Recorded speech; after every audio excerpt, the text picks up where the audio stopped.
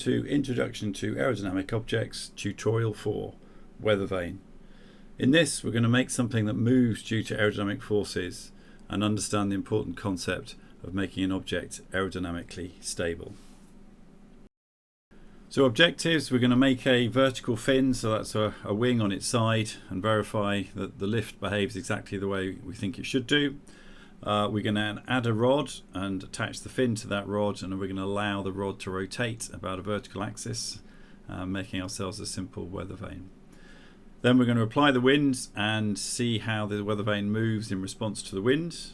We can try turning on turbulence and see how it responds to gusts. And then we're going to make a 3D weather vane by adding a horizontal tail to it and look how it responds to changing in both wind direction and elevation.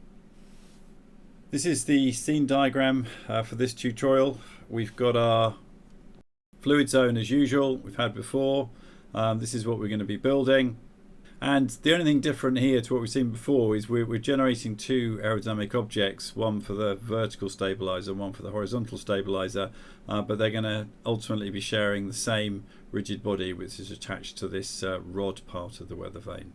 So we've got two of these identical attached to a rigid body on a separate object, and we're going to look at the use of constraints to control the degrees of freedom of the body, so we can constrain it so it's either fixed or moving in yaw about the vertical axis or moving in pitch.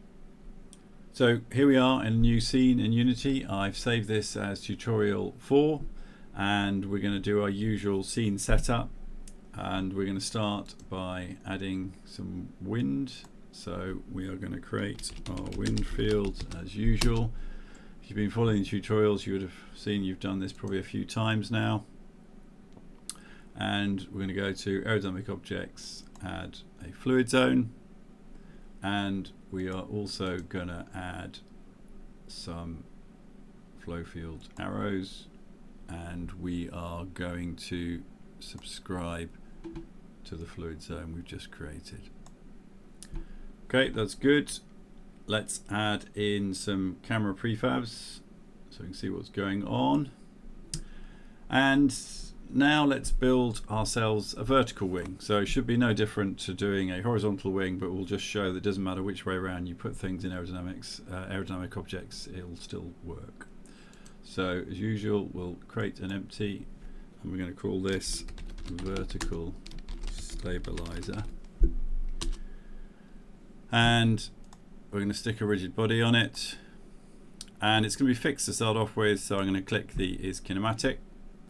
I am going to add a 3D object as a cube, and this time we're going to shape it in a vertical sense, so it's going to be 0.7 long in the z-axis, it's going to be 2 meters high, and it's going to be 0.03 meters thick. So there we've got our vertical wing as such, so Z is forwards, it's a vertical wing. And let's, to be consistent, let's call that geometry. Now we have to add the aerodynamics, so creating empty, this is our aero object. We're going to add an aero object component, and it's got drag and it's got lift, and the rigid body is what we put at the top there. And let's have some visualization components, so let's have a lift arrow and let's have a wind arrow. The other thing we need to make sure we do to pick up the wind zone, the fluid zone, we need to make sure this has got a trigger sphere collider on it, so sphere collider, and we're going to make that nice and small so we don't have to look at it. Okay, we can see we've got the gizmos on, so we can see our aerodynamic object that's been created. That blue mesh is what our aerodynamics are going to be based on.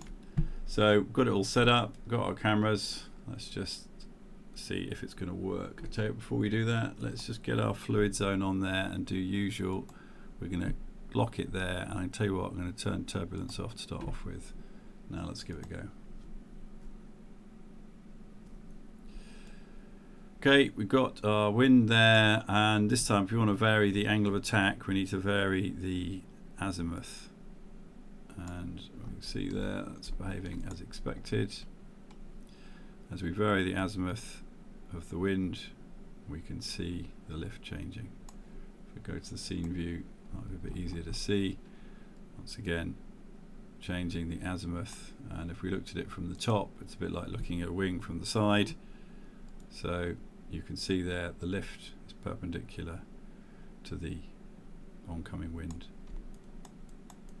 Great, so we've confirmed that it doesn't matter which way you stretch or rotate an object in aerodynamic objects, it goes on the geometry you put in, and it recognizes that the object is planar in that direction, and therefore it's going to act as a wing acting that way around. So you don't have to worry about which way around you put things in, which coordinate system even. All you have to do is ensure that the geometry is kind of appropriate to what you want to make. Great, that's our wing, it's working. Now let's build a rod and attach this wing to the end of the rod.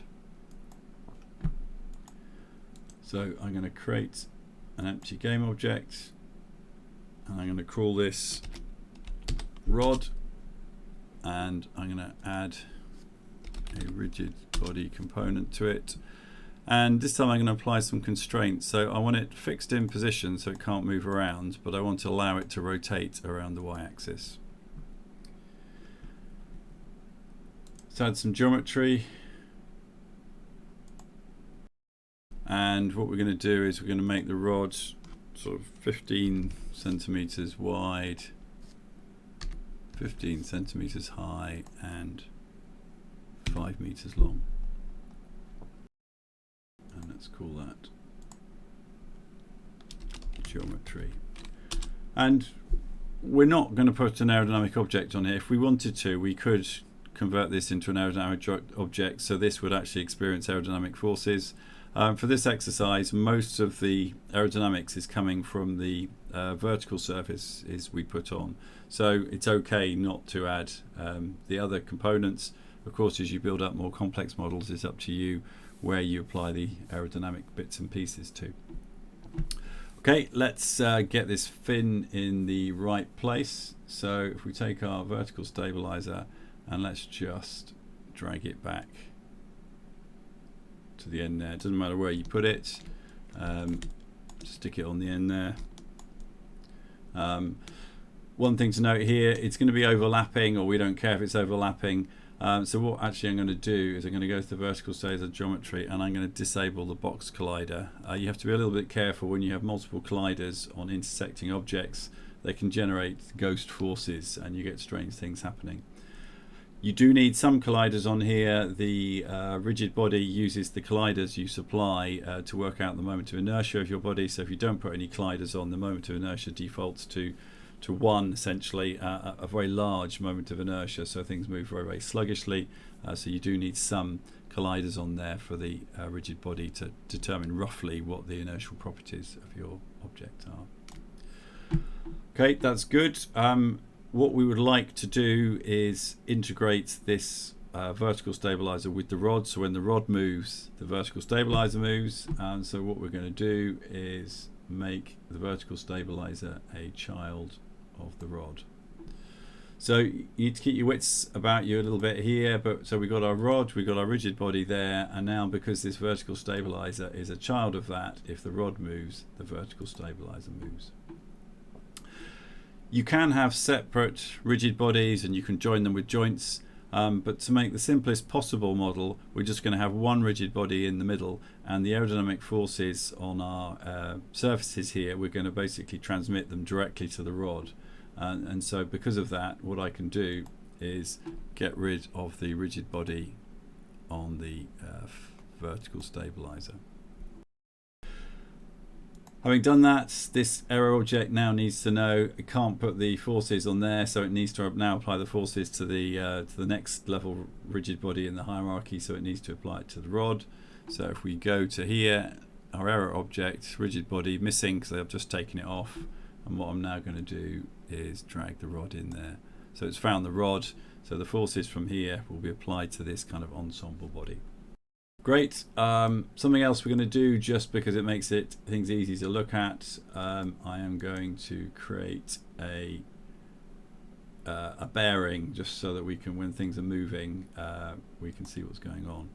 So added in a sphere, I'm just going to call that a bearing, and it's really visual bearing for us to see what's going on. And I'm going to change the diameter of that to 0.3. That's good enough. So it's at 0, 0, 0. That's where the center of gravity is, and that's where it's going to pivot. So it's going to be nice and clear that it's pivoting around there. Okay, I think we've got it all set up. So we've got our fin moved to there. It's a child of the rod. The rod itself is pinned so it can rotate around the y-axis. It's fixed everywhere else. We've got our aerodynamics applied there. We've got wind. Let's give it a go.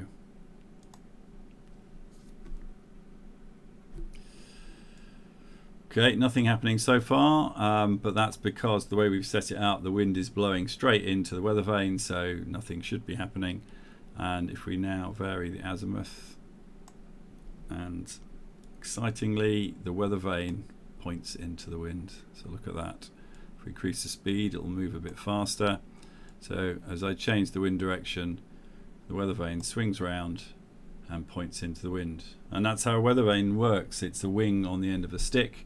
The aerodynamic forces at the end are out of balance when the thing's flying at a side slip angle to the wind.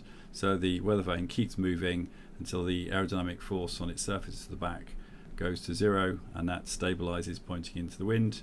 You could replace this with a chicken or whatever else you use for a weather vane, but this is the kind of simplest version of it.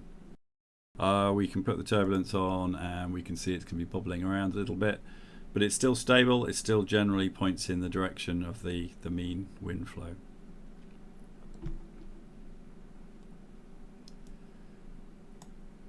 Great, so we've made now a sort of two-dimensional weather vane, so it'll point into the azimuth of the wind swinging around. But actually in real life the flow comes from any direction, so why don't we make it so it points into the flow from whichever direction it's coming into. So for that we need another wing on the back in the other plane, so therefore when the wind is coming from the side, it'll point into the direction of the wind that way too. Okay, and because we're lazy, what we're not going to do is start again from scratch building another wing. We're just going to take the existing wing and duplicate it. So I'm going to duplicate it, and I am going to rotate it 90 degrees around the z-axis, and bingo, we've got ourselves a horizontal stabilizer.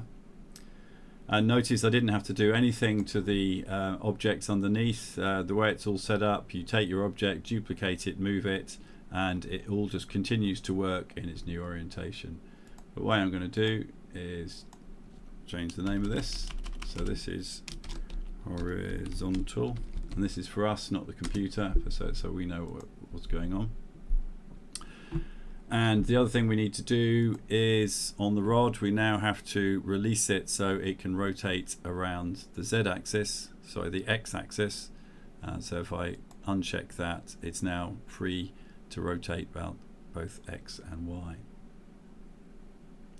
What else am I going to do? I'm going to go to the fluid zone, field arrows, and I'm going to just reduce the visual range a bit so they don't slightly less intrusive. And with that, I shall give it a play. Okay, I've done that too much and we can't see the arrows at all. That's better. We can just see enough to get the idea of what's going on. So before we've got azimuth, it'll move that way and that way, but now because we've got a horizontal stabilizer as well, it responds in pitch as well. So you can see where this is going. We're kind of building up to the point where we can make something that can fly, because now this is stable. It'll always point in the direction it's going, and if we took it off its gimbal, this would fly like an arrow, so you fired it and it would always point into the wind. So let's increase the wind speed a bit and turn the turbulence on and slow it down a little bit, make it a bit more bumpy, and increase the magnitude. And there we go, we've got our three-dimensional weather vane now, which is doing its best to try and point into the oncoming wind through the action of the aerodynamics at the back, making this weather vane directionally stable.